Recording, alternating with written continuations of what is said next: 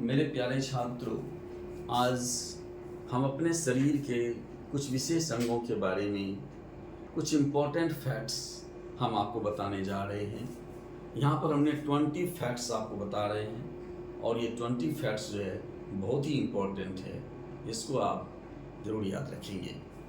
चलिए, इस ऐसे क्वेश्चन आपसे पूछा जाता है कि largest organ of our body, हमारे शरीर की का सबसे बड़ा अंग, हमारे शरीर का सबसे बड़ा अंग कौन है?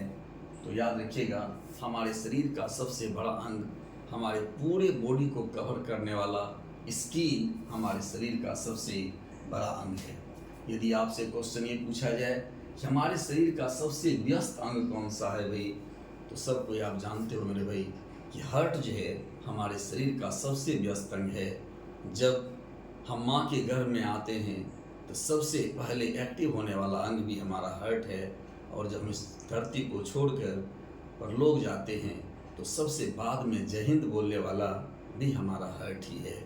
और जब तक हार्ट वर्क कर रहा होता है तब तक हम हैं, आप हैं, और जिस दिन हार्ट चलना बंद हो जाएगा उस दिन न आप रहोगे न हम रहेंगे। यानी stoppage of heart beat is clinically death. दूसरा, अगर आपसे क्वेश्चन पूछा जाए कि लार्जेस्ट बोन, हमारे शरीर की सबसे बड़ी हड्डी कौन सी है, तो हमारे शरीर की सबसे बड़ी हड्डी फीमर है, जो कि हमारी जान की हड्डी होती है।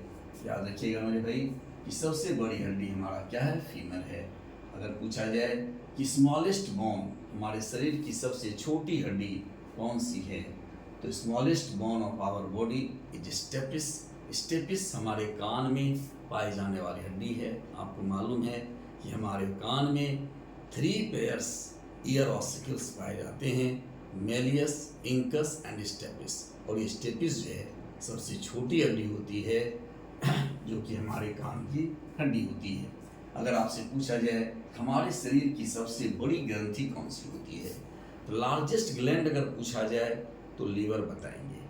लेकिन यदि आपसे इसमें थोड़ा सा और ऐड कर दिया जाए क्वेश्चन में कि भाई हमारे शरीर की सबसे बड़ी अंतःस्रावी ग्रंथि कौन सी है, इंडोक्राइन ग्लैंड अगर पूछ दिया जाए, तो इंडोक्राइन ग्लैंड की अगर बात करें तो थायराइड जो है हमारे शरीर की सबसे बड़ी अंतःस्रावी ग्रंथि है।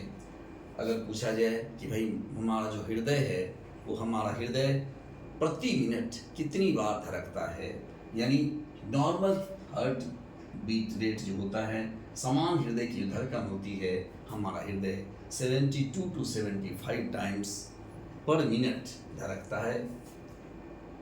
यदि पीएच वैल्यू यूरिन का पूछा जाए तो याद रखिएगा मेरे भाई, पीएच वैल्यू यूरिन का होता है 6.4, और इसकी प्रकृति जो है एसिडिक होती है। आप जानते हो कि यदि पीएच का मान 7 हो, यदि पीएच का मान 7 हो तो ये क्या होता है? न्यूट्रल होता है। यदि पीएच मान ग्रेटर देन 7 हो तो ये बेसिक नेचर का होता है, और यदि पीएच मान लेस देन 7 हो तो इसका मान क्या होता है? एसिडिक नेचर का होता है। तो ये बात आप समझेंगे, यहाँ पर क्या है? 7 से कम है, इसलिए नेचर क्या हो जाएगा? एसिडिक होगा। और ब्लड का अगर पीएच मान आपसे पूछा जाए तो ब्लड का पीएच मान 7.4, और इसका नेचर क्या हो जाएगा? बेसिक होगा, क्योंकि 7 से ज़्यादा हो गया। बहुत बार ये पूछा हुआ क्वेश्चन है कि हमारे बॉडी का जो सामान्य टेम्परेचर होता है वो क्या होता है भाई? अगर फ़ारेनहाइट स्केल में देखा जाए तो 98.6 डिग्री फ़ारेनहाइट, और अगर डिग्री सी में अगर कहा जाए तो 37 डिग्री सी हमारी बॉडी का सामान्य टेम्परेचर होता है। रेट ऑफ रेस्पिरेशन, इसका मतलब ये हुआ हम प्रति मिनट कितनी बार सांस लेते हैं भाई, छोड़ते हैं, तो हम जो है 16 to 18 टाइम्स हम लोग जो है प्रति मिनट सांस को छोड़ते हुए लेते हैं। इसमें कभी कभी कंफ्यूजन होता है। अगर मैं पूछूं कि भाई रेट ऑफ रेस्पिरेशन, तो हमारे बच्चे बता देते हैं ये दिल की धड़कन वाली बात। यहाँ पर ध्यान रखिएगा कि normal heart beat rate 72 to 75 times और rate of respiration 16 to 18 times per minute होता है भाई। अगर आपसे पूछा जाए कि सबसे बड़ी कोशिका कौन सी होती है, तो याद रखना मेरे भाई, शुतुरमुर्ग का अंडा होता है, ये सबसे बड़ी कोशिका होती है। लेकिन अगर यहाँ पर ये कह दिया जाए कि largest cell of our body, अपने हमारे शरीर की सबसे बड़ी कोशिका कौन होती है, तो शुतुरमुर्ग का अंडा नहीं बोल देना भाई, है ना। तो हमें क्या बोलना पड़ेगा, न्यूरॉन।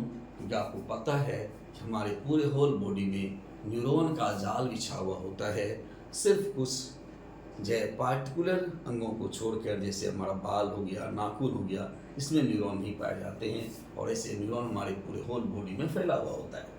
लार्जेस्ट वेन अगर पूछा जाए सबसे बड़ी सिरा कौन सी होती है, तो इन्फीरियर वेना कावा। आपको पता है कि वेना कावा द्वारा ही ब्लड हमारे हृदय के राइट ऑरिकल में आता है भाई, और जो हमारे हार्ट से ऊपर का जो भाग है ब्रेन, उससे जो ब्लड आएगा उसको बोलते हैं सुपेरियर वेना कावा, और हमारे हार्ट से नीचे वाला भाग है उससे जो ब्लड आएगा हमारे राइट ऑरिकल में, उसे हम लोग बोलते हैं इन्फीरियर वेना कावा।